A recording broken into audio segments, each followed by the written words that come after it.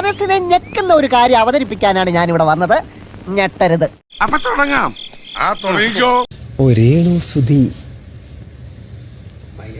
മറ്റേ എല്ലാ പ്രൊഡക്ഷൻ ലിസ്റ്റിലും മാരക പേരായിരുന്നു.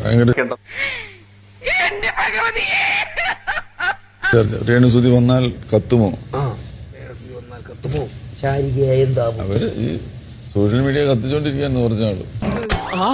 അവൻ അങ്ങനെ പറഞ്ഞ ഇനി ഒരു നിമിഷം പോലും ഞാൻ ഇവിടെ നിൽക്കില്ല. അവരുടെ ഒരു പരിപാടിയും കണ്ടിട്ടില്ല. എത്ര നാളുകൊണ്ടാണെന്നറിയോ ക്ഷണിക്കപ്പെടാതെ വരുന്ന അതിഥി എന്ന് പറയുന്ന സംഭവമില്ലേ? അതാണ് എല്ലാവരും. ഞാൻ ഇവര് ഒരു കണ്ടന്റും കണ്ടിട്ടില്ല. കാണാൻ വേണ്ടിയുള്ള സംഭവമൊന്നുമില്ല. ഇത് വേറെ കൊണ്ടല്ല ബ്രോ.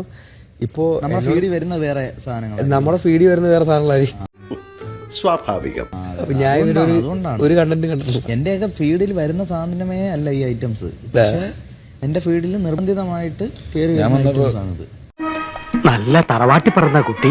തമാശ പറഞ്ഞു. ഞാൻ പറഞ്ഞു ഞാൻ കുറച്ചാളായിട്ട് പ്രോഗ്രാം ഒന്നും ഇല്ലാതെ ഇങ്ങനെ ആളുകൾ മറന്നൊക്കെ ഇരിക്കായിരുന്നു. അപ്പൊ ഞാനിങ്ങനെ വിചാരിച്ചിരിക്കാൻ രേണുമായിട്ടൊരു റീൽ ചെയ്താൽ കയറി കത്തുമല്ലോ. അപ്പൊ അതാ ഇവിടെ വന്നു. എന്തായാലും സന്തോഷം. എല്ലാവർക്കും സന്തോഷമായല്ലോ. എനിക്ക് സന്തോഷമായി. എല്ലാവർക്കും പിരിഞ്ഞു പോവാം.